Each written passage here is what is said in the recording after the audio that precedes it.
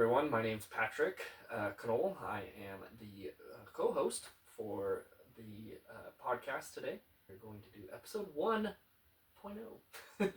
Very excited to be here. Calling this the Millennials Meet Gen Alpha for episode 1. And that's because I am a millennial and my co-host AJ is representing Gen Alpha. We are blood siblings. Our parents are the two same people, but we were born 20 years apart. And I'm squarely in the millennial zone, and AJ's just kind of at the very tip of the Gen Alpha space. And so we wanted to start a podcast essentially to kind of explore some of the fun differences with millennials and Gen Alpha and talk about some of the cultural differences, but also they're not even cultural, just like things we like and things we that are important to us, but also like I don't know AJ as well as I probably should, and he doesn't know me as well as he probably should, and so we thought this might be a fun way to do that. So why don't you introduce yourself as well? I'm AJ. I like to play sports, and our family is all big sports people. We like board games as well. I like board games, and I like to do things that are creative, and I like to draw and build Lego stuff. Excited to do this. Think it will be really fun, and hope you guys enjoy it too. Yeah, so we'll provide some generational insights. We'll provide perspectives on our family shenanigans. Talk about board games and sports. Maybe dig into some other things, pop culture, video games, just kind of other things that we have, and just kind of view it from our different age lenses of where we're at in our lives. I have 3 kids. I'm married. I have a full-time job, which I enjoy. I'm in marketing. Age is just. Are you gonna be sophomore this year? Sophomore, right? I'm a freshman right now, so I'll be. Yeah, you're a freshman right now. Yeah. See, that's how bad I am right now. That's the things I need to know. So, that's kind of where we're at. So, feel free to comment, like, subscribe as we go along. We'll be on all the kind of major social channels is the plan, and just leave us a review. Tell us what you think. Have any questions for us? Send them on over. We're happy to kind of discuss them. Okay, so first step, we're going to talk about generational stereotypes a little bit, kind of what give the people kind of an idea of like how we view the other generation. Right. Do you want to view that up, start that off, or do you want me to? You go ahead. Okay, so some of the things that that we talk about with Gen Alpha. Okay, some things that I have generally observed, not necessarily in my brother, but just kind of from kids that I'm around that are his age or younger, even my own children. I have a 6-year-old who kind of falls into this same space. But a lot of the expectations, observations of who they are, what they do, glued to their phone.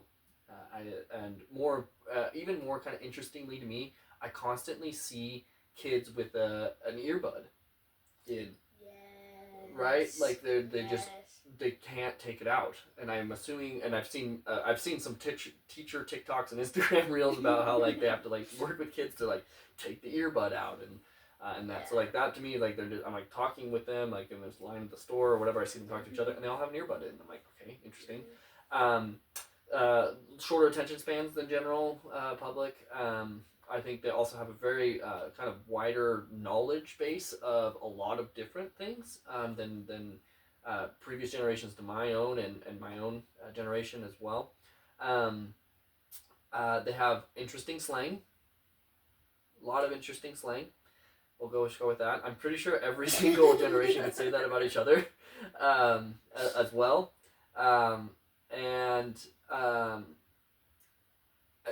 I'm starting to get to the age now where I look back and I'm like, those kids, and that's bad because I'm only in my 30s. So, what about you? What kind of general view of millennials do you have? Well, I feel like they still use a lot of like older like things that a lot of us Gen Alphas don't what? use. I don't know if I can think of anything off the top of my head. I feel like just like they will use like things that are a little bit more modern than things. Like, I feel like some of them will still use like older cameras and whatever, and they will have like just like some other things that like sometimes I won't recognize because I like didn't grow up using those things, and they'll like sometimes they will hold on to like I know that you still have your N64. Sure do. And like they'll keep on to a lot of things like that where they have just had them for a really long time and they just haven't gotten rid of it. So I feel like they, I guess, keep on to things for longer. Maybe is a good way to put it. Well, you haven't had enough time to accumulate things to hang on to. You watch where you're at here, 15 years from now. Yeah, but like I don't know.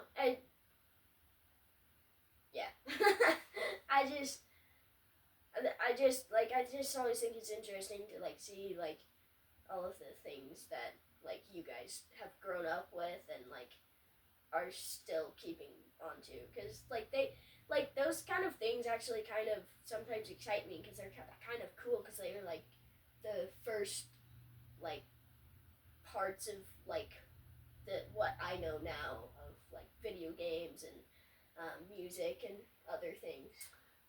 It's interesting that you would say that, especially about video games or music, because clearly the generation before me even had video games, right? If you talk to Dad, our dad, he played, some of the very original board game or video games and things like that, and a lot of our music preferences are probably generated because of him, right? Like how much 80s rock do you listen to? See, now I actually do listen to a lot of 80s rock, which probably influenced kind of some of my love into punk rock, which is what I listen to a lot of right now. Like Yellow Card is one of my favorite bands of all time, right? Boys Like Girls, Paramore. Those probably feel old school to you, right? But for me, I haven't even heard of half those. Exactly, right? But old school to me is more like Foreigner, right? Yeah. Who you have heard of because Dad probably forced it down your throat a little bit. Still haven't heard of them? Nope. Okay, great.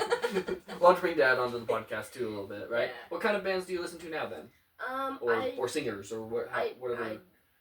Yeah, that's another interesting thing because like right now they're more called like artists instead of bands, because like in your day they were called bands because that's like, pretty much, yeah. Everything was either a band or a group sometimes. Yeah. Like you'd have like your classic like Backstreet Boys or NSYNC boys. Like we had a lot of the kind of the boy band. Even then, it's band. Yeah. But like nowadays, it's always like you're like, who's your favorite artist or whatever. So I like Imagine Dragons and One Direction, which is a spin-off of a boy band. Yeah, boy band. That's where they come from. I like a lot of like more like pop type of songs. Like Maroon 5 has some really good songs. I like their songs. And not to say that other genres of music don't have good songs, but I just like that genre of music the best. I do enjoy pretty much all kinds of music. Our family is pretty big on music too. Yeah, absolutely.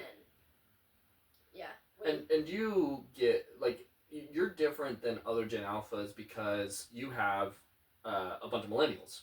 That you've some of us you've grown up with, right? Yeah. Or at least you have associated with probably more than the average Gen Alpha. In with your friends, right? Like how of your friends, how many of them have older siblings that are in their 20s or so? Not many, right? Right, and you have 3 siblings that are in their 30s. Yeah.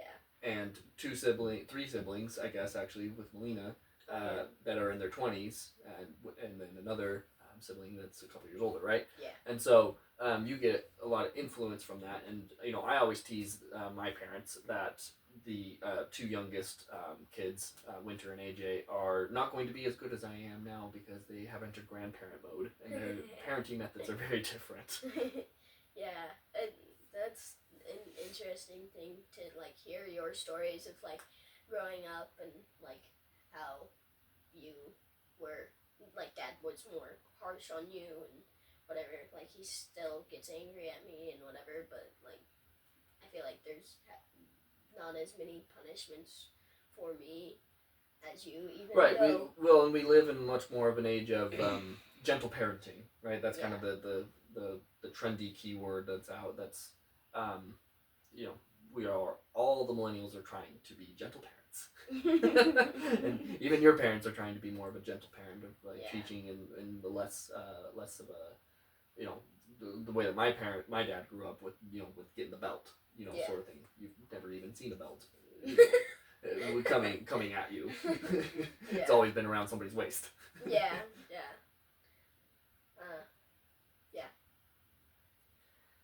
Okay, well that kind of is a good transition actually to kind of the next place that I wanted to go to, which is a little bit of a when I was your age statements.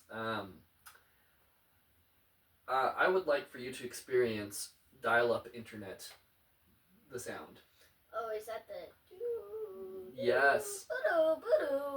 Yes, that has become a very big meme on the internet. Like. Oh, it has. Yeah. Tell me about it. So often, like when somebody is like trying to like think or process something, they'll put it like a spinning wheel of death, and that noise in the background, and the video will just like stop and just use that. This is great. Noise.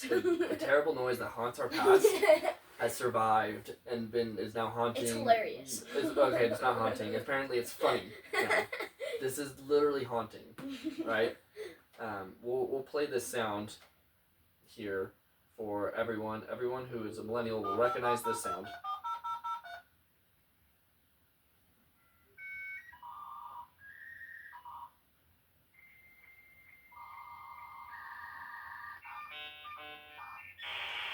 Also normally followed by explosions.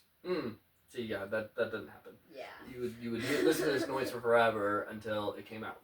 Yeah. Until whatever you wanted actually came out. Yeah. It's kind of funny because like for you that was like torturous, like in a way. Yeah, because it was preventing me from getting to where I wanted to be. But like for me, like I don't have to deal with that. We have modern day cell phones and whatever, and so it's just a meme now. Correct. Yes. Meme culture that did not exist before that. I would actually, you know, there's I enjoy a good meme, right? Yeah. It's definitely something that we can, I think, both relate to. Even Dad likes good memes. Right. They're very common way to express yourself. Emojis. Oh yeah. The rise and advance of emojis. You know, the invention of the colon close parenthesis. Do you know what that is?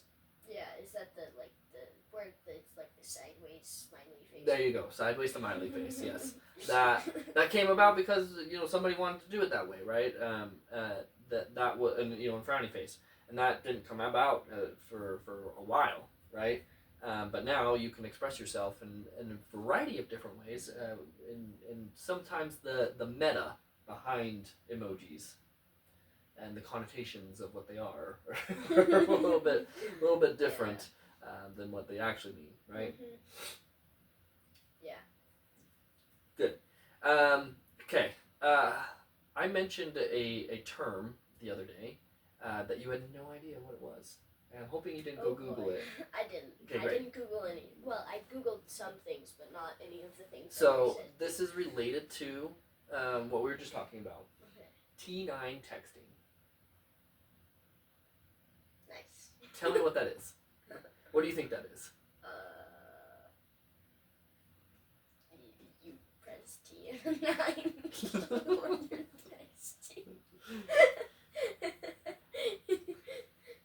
No. Incorrect. Try again. Texting on one of those flip phones. Closer. Yes. On one of the slide. So for the viewers at home, I'm gonna show him a T9 texting. So you see how it has all the little letters on there? Oh, This is T9 because you had 9 numbers to work with, which you didn't have the 1 because 1 took you to voicemail or did some other things for you. So you actually had to start with 2, and then it went all the way up to the 9, and you also had to use the 0 for a space. Yep. I have actually had to do something like that before. Oh, do tell. It was for a secret code. A secret code Mm-hmm. for. It was a thing that it was either my friend or my school made, and they were, it was just like an escape room thing. And so you had to. You heard it here first. It's Morse code. Modern day Morse code is what T9 texting is. Yeah, it's actually kind of fun sometimes. Yeah, and honestly, like a lot of people that in high school, everybody, almost everybody had T9 version of a phone. Some people were really cool and had a BlackBerry. You know what BlackBerry is? Oh yeah, I have one of those. Okay, great. It used to be Dad's. Yeah, so It has Brick very Breaker on it. yeah, very common. One of the best games ever. Yes. So some people had a BlackBerry. I actually eventually my senior year, I think, or maybe junior year, got a slide phone that had a full QWERTY keypad. Very cool. I got one. I used to have one of those. Actually, Yeah. I still do have one of those. But people got very quick at the with one hand, right? Now, nowadays you have and I use this because I don't know if this is a good thing or a bad thing or if this makes me seem like an old person, but I use the swipe texting quite a bit.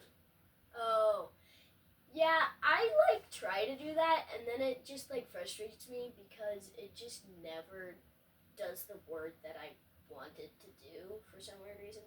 It'll just autocorrect is sometimes the worst in modern day texting because it'll autocorrect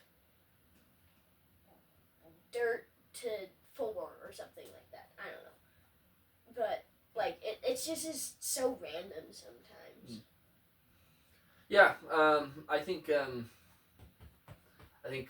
autocorrect has become more accepted. People are fine with getting something they can usually interpret it right away. So it's still you often send the asterisk and then what you actually wanted very frequently still. How do you text then? Can you mime it?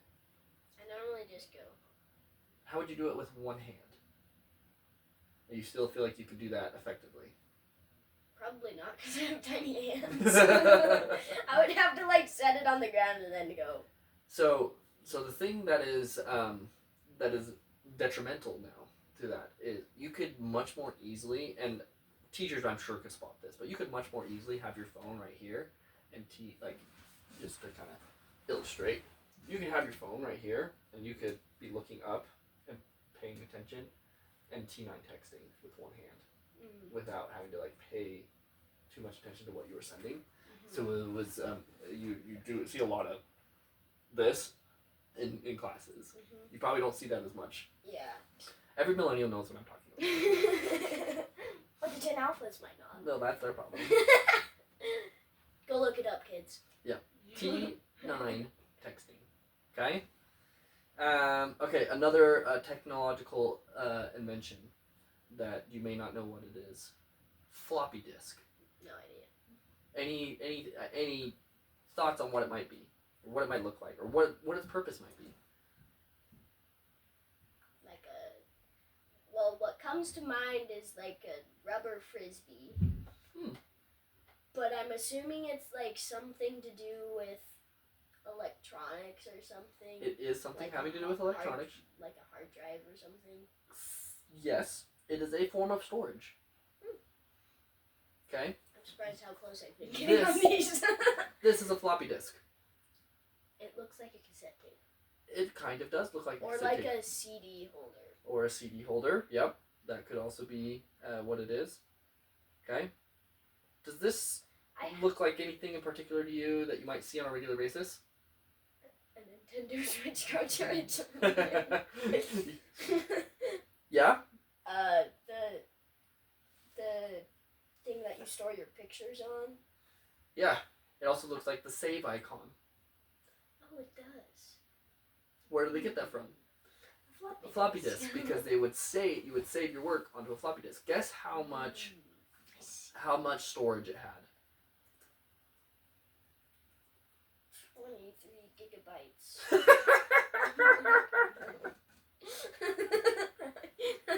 I think I killed him. Typically ranged from 100 kilobytes to 2.88 megabytes. Okay, I didn't actually expect it to be that much. It's not a lot. Yeah. Okay? How much storage does your phone have? Roughly. I actually don't really know. You probably have like 80 gigs. Okay? You know what the difference is between a kilobyte and a gigabyte is? 1,000? Yeah, X. So imagine you had to have literally 80,000 floppy disks to match what you have there on your phone. Now, a lot of things didn't take up as much space, right? Right? Your phone is X amount of megapixels, right? It takes up so much space, right? And you also didn't necessarily take pictures as frequently. Right. When we couldn't record a video like this, like we're doing now in a podcast or whatever else, right? But that's kind of where it came from. Like, that's some of the, you would put the floppy disk in to save stuff onto it because your computer had, maybe 500 megabytes of storage. Yeah. Another thing that I, I'm just now thinking about talking about, like, computers and storage and stuff is nowadays computers don't have, like, places to put in CDs. Nope. But, like, for a while, for like 8 years, we had a big old massive computer that had a CD player in it, but you just don't have that nowadays because you don't really need it because you have stuff like Disney Plus, Hulu, Netflix, can go on and on and on, that you just really don't necessarily need to use CDs. We don't use CDs anymore, and it's like all just like online, like we film stuff on our phones now, and we can just like download it onto our computers or whatever. Because you have enough storage there, or you store it in the cloud drive space, or whatever else. What did you use CDs for, if ever, compared to, I'll tell you what I used CDs for. I use them for watching movies mainly. I don't. So that's a DVD. Okay, that's true. Okay, I didn't ever really use CDs, but I did use DVDs a lot, which they're pretty much similar the same but thing, different. But CDs, like, you can like add like stuff. You can treat them as the storage. Yep. Because Mom has like a bunch of CDs of her like songs and stuff. What would be the term that you would use to say that you're putting more information onto a CD? Transferring? I don't know. The actual term that you used is burn. Burn. Burn a CD. Because it's a literal laser that actually imprints the data onto it. That's where it comes from. But to burn a CD, very common phrase that you would have used in the early 2000s, 90s. That's interesting. So you would burn a CD. You can put a lot of people like myself would put music on there, or you would put like documents or other things like that. Actually, the main purpose that I used CD was twofold. Okay. Twofold. So we'd use CDs for two purposes. One, to take information that was stored on the CD and download it to the computer, like in a program. Like if you wanted to install Microsoft onto your computer, you would have to take a CD, put it into the computer, and then download it and transfer that data over to it. Okay?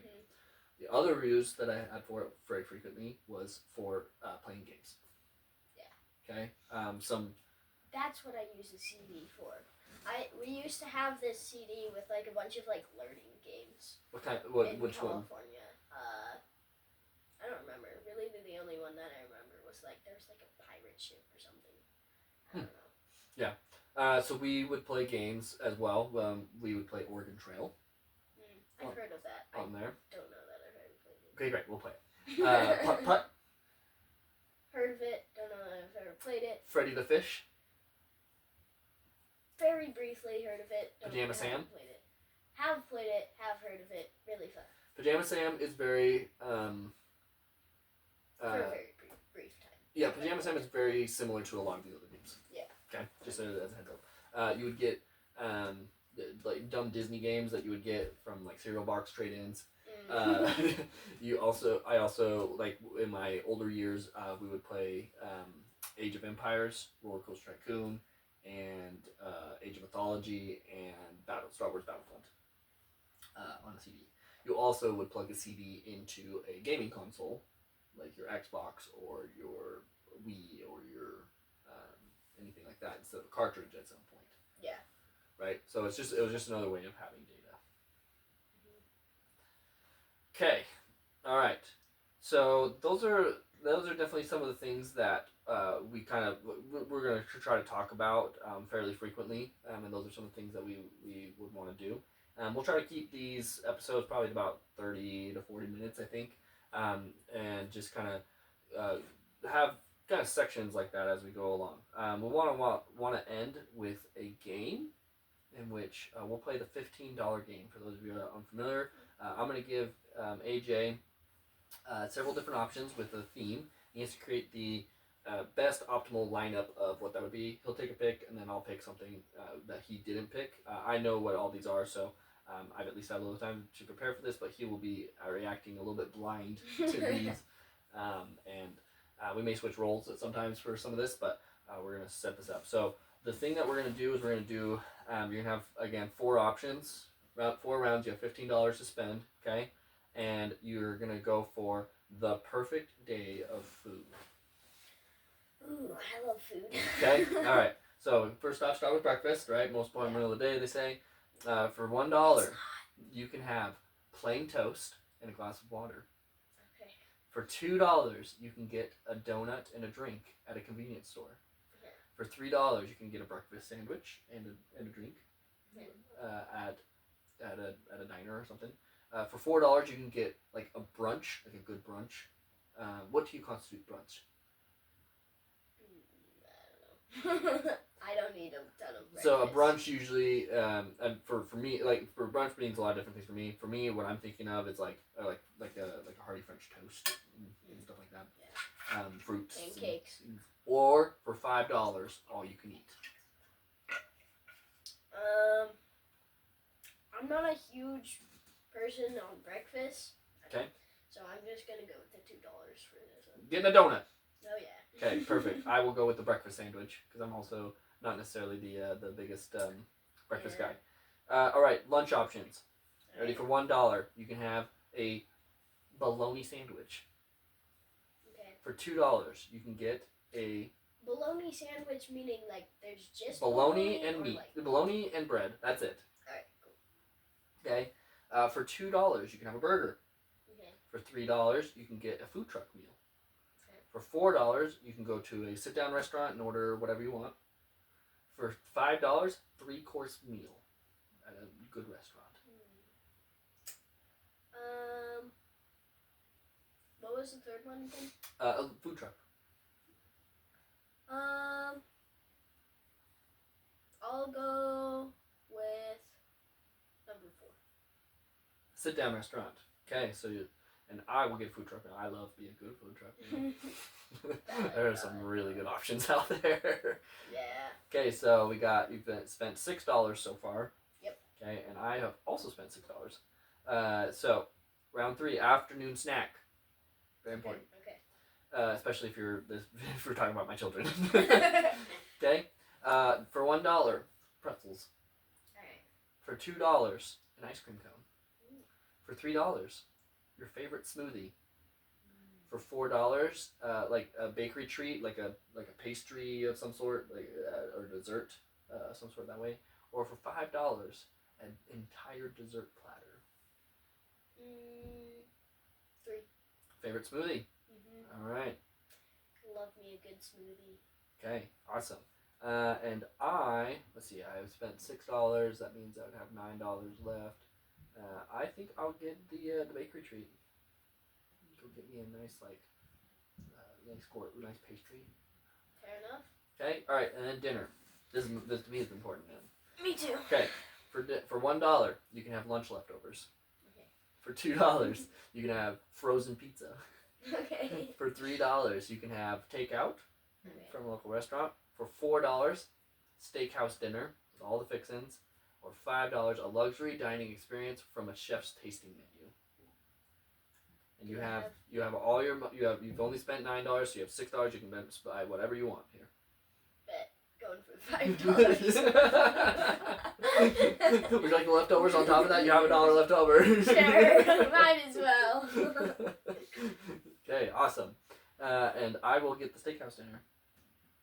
That one was also a great option. Yeah, for sure.